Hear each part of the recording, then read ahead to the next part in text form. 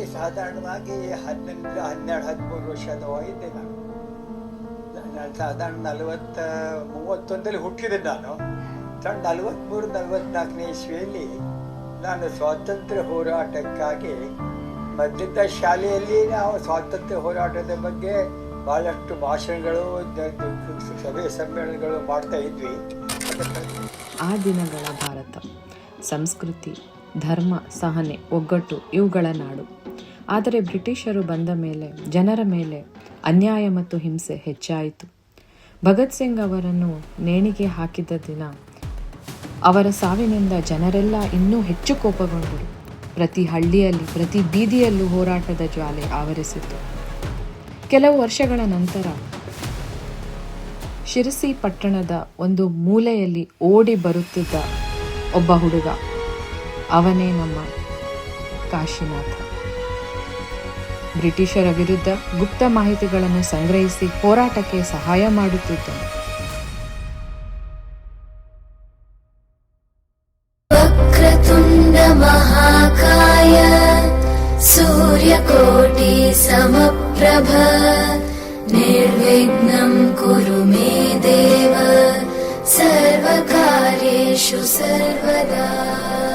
ಆ ಕ್ಷಣದಿಂದ ಟೋಪಿ ಇವರ ಜೀವನದ ಸಂಕೇತವಾಯಿತು. ಅದಾದ ನಂತರ ಅನೇಕ ಆಂದೋಲನ ಭಾಷಣಗಳಲ್ಲಿ ಜನರನ್ನು ಸೇರಿಸುವ ಕೆಲಸ ಮಾಡಿದ್ದರು.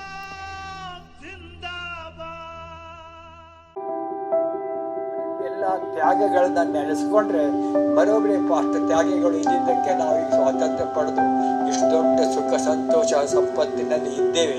ಸ್ವಾತಂತ್ರ್ಯ ಸಿಗದೇ ಇದ್ರೆ ಆಗ್ತಿತ್ತು ನಮ್ಮ ಗತಿ. ನಾವು ಇನ್ನು ಪಾರತಂತ್ರ್ಯದಲ್ಲೇ ಇದ್ರೆ ಆಗ್ತಿತ್ತು.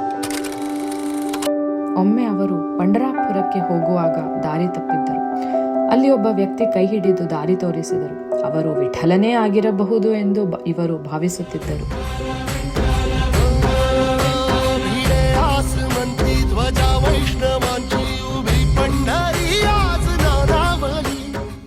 ವ್ಯವಹಾರದಲ್ಲೂ ಬಹಳ ಯಶಸ್ವಿ. ಇವರು ಕ್ರಿಯಾತ್ಮಕ RSS ಸದಸ್ಯರೂ ಆಗಿದ್ದು, RSS ಗುರೂಜಿಯವರು ನಮ್ಮ ಮನೆಯಲ್ಲಿ ವಾಸ್ತವ್ಯವೂ ಮಾಡಿದ್ದರು.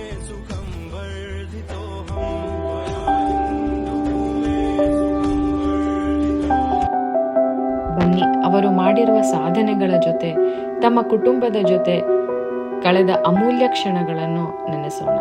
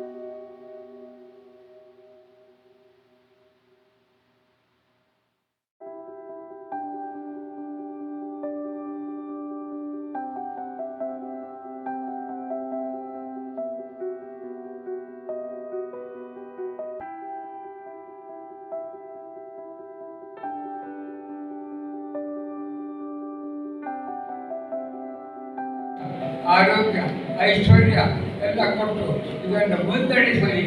ಇದೊಂದು ಆದರ್ಶ ಸಂಸ್ಥೆ, ಇಡೀ ಜಗತ್ತಿಗೆ ಇದು ಒಂದು ಸಂಸ್ಥೆಯನ್ನ ವಲ್ಲಭಾಯಿ ಪಟೇಲ್ರದ್ದು, ವಿನೋಬಾ ಭಾವೆಯವರದ್ದು ಮತ್ತು ಹಿರಿಯ ನಾಗರಿಕ ಸಾಧಾರಣವಾಗಿ ಎಲ್ಲ ಮನೆ ಮಾರುಗಳು ಕಳ್ಕೊಂಡು ಜೀವ ಕಳ್ಕೊಂಡು ಹುತಾತ್ಮರಾದಂಥವರದ ಆಶೀರ್ವಾದವೇ ಇದು ಕಾರಣ.